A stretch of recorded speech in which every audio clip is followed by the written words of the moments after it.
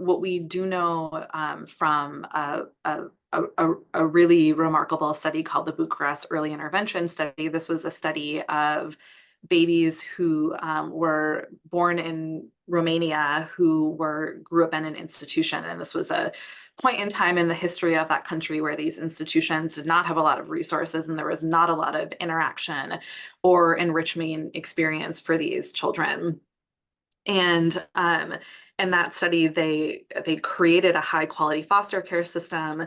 And then children, it was a randomized clinical trial. So children were either put into this high quality foster care or they stayed in the institution.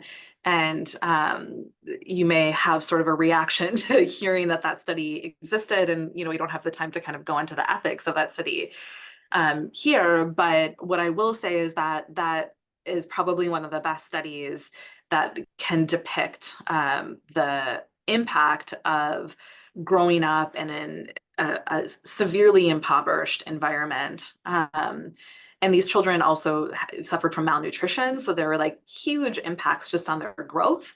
But they've continued to follow these children and at some point in time started scanning them.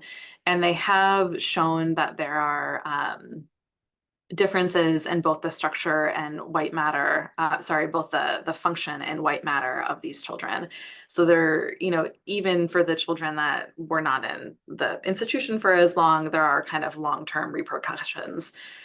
It's still, even in a sort of controlled study like that, hard to sort of say, to pinpoint in the brain, like the cause and effect, right? And I think that's just due to the fact that our brains are all unique, which seems to be like the story that we keep coming back to, right? That like brain development is dynamic and changes and it's different.